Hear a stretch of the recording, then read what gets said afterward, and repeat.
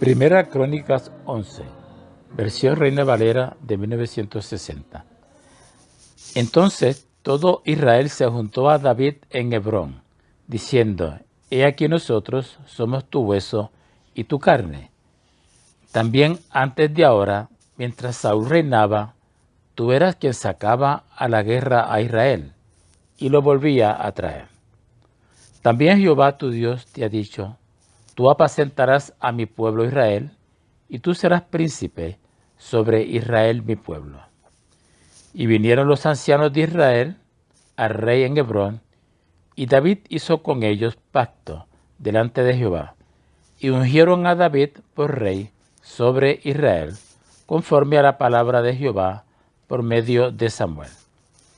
Entonces se fue David con todo Israel a Jerusalén, la cual es Jebús, y los jebuseos habitaban en aquella tierra. Y los moradores de Jebús dijeron a David: No entrarás acá.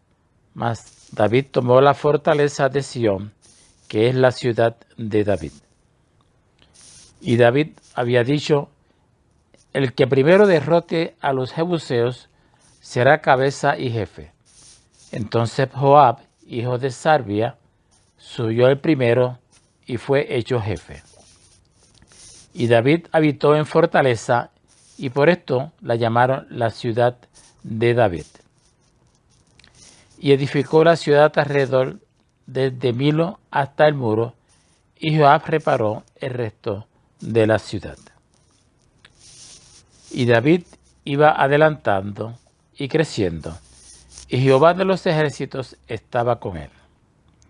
Estos son los principales de los valientes que David tuvo, y los que le ayudaron en su reino, con todo Israel, para hacerle rey sobre Israel, conforme a la palabra de Jehová. Y este es el número de los valientes que David tuvo: Jerobeam, hijo de Jacmoni, caudillo de los 30, el cual blandió su lanza una vez contra 300, a los cuales mató. Tras de este estaba Eleazar, hijo de Dodo, Ahorita, el cual era de los 3 valientes. Este estuvo con David en paz también. Estando allí juntos en batalla los filisteos. Y había allí una parcela de tierra llena de cebada. Y huyendo el pueblo delante de los filisteos, se pusieron ellos en medio de la parcela y la defendieron, y vencieron a los filisteos, porque Jehová los favoreció con una gran victoria. Y 3 de los 30 principales descendieron a la peña a David, a la cueva de Adulam, estando el campamento de los filisteos en el valle de Refaim. David estaba entonces en la fortaleza, y había entonces guarnición de los filisteos en Belén. David deseó entonces y dijo: ¿Quién me diera de beber de las aguas del pozo de Belén, que está a la puerta? Y aquellos 3 rompieron por el campamento de los filisteos y sacaron agua del pozo de Belén, que está a la puerta, y la tomaron y la trajeron a David. Mas él no la quiso beber, sino que la derramó para Jehová, y dijo: Guárdeme mi Dios de hacer esto. ¿Había yo de beber la sangre y la vida de estos varones que con peligros de su vida la han traído? Y no la quiso beber. Esto hicieron aquellos 3 valientes.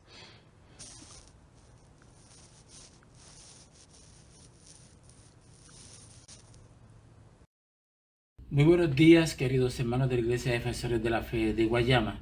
En estos momentos vamos a ofrecer el comentario a Primera Crónicas, capítulo 11, del versículo 1 al 19, como es nuestra costumbre ya hacer para estas lecciones de la escuela dominical de los domingos.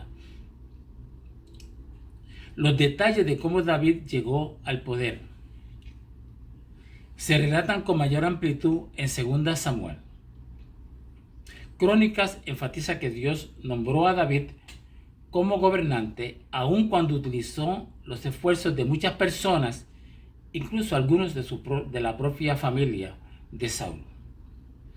Dios sigue siendo soberano sobre la historia. dirige los sucesos para cumplir su voluntad.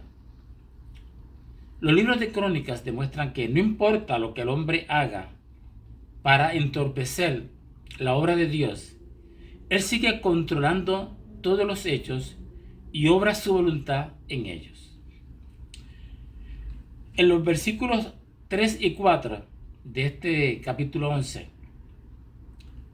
vemos que David fue rey sobre Judá por 7 años y medio antes de capturar a Jerusalén. Cuando finalmente David fue ungido rey sobre Israel, habían pasado 20 años desde que Samuel lo había ungido, de acuerdo a 1 Samuel, capítulo 16, versículos del 1 al 13. Vale la pena, por lo tanto, esperar que se cumplan las promesas de Dios. Y aquí un buen ejemplo. A veces nos cansamos de esperar, porque Dios soluciona los problemas y que abra el camino. David esperó 20 años, aún sabiendo que Dios lo había seleccionado para ser rey de Israel. Aun cuando su tiempo no coincida con nuestras expectativas o deseos, David eligió a Jerusalén como capital por motivos políticos y militares. Jerusalén estaba cerca del centro del reino y, debido a que se localizaba en una frontera tribal, era un territorio neutral. Por lo tanto, su localización aminoraba los celos entre las tribus. Lo refiero al glosario que pusimos a vuestra disposición al principio de esta lección. Además, Jerusalén estaba localizada en una colina alta, lo que hacía difícil el ataque. El poder de David aumentó como resultado directo de su firme confianza en Dios. En contraste, el poder de Saúl disminuyó debido a que quiso todo el crédito para sí e ignoró a Dios. Y la evidencia de esto lo podemos ver en 1 Samuel, capítulo 15, versículos 17 al 26. Aquellos que se concentran en construir un nombre para sí, se arriesgan a perder el reconocimiento que buscan. Al igual que David, debemos preocuparnos por la rectitud, la honestidad y la excelencia y dejar los resultados a Dios. Consideremos ahora en este capítulo 11 los versículos 12 al 14. La acción de Eleazar cambió el curso de la batalla.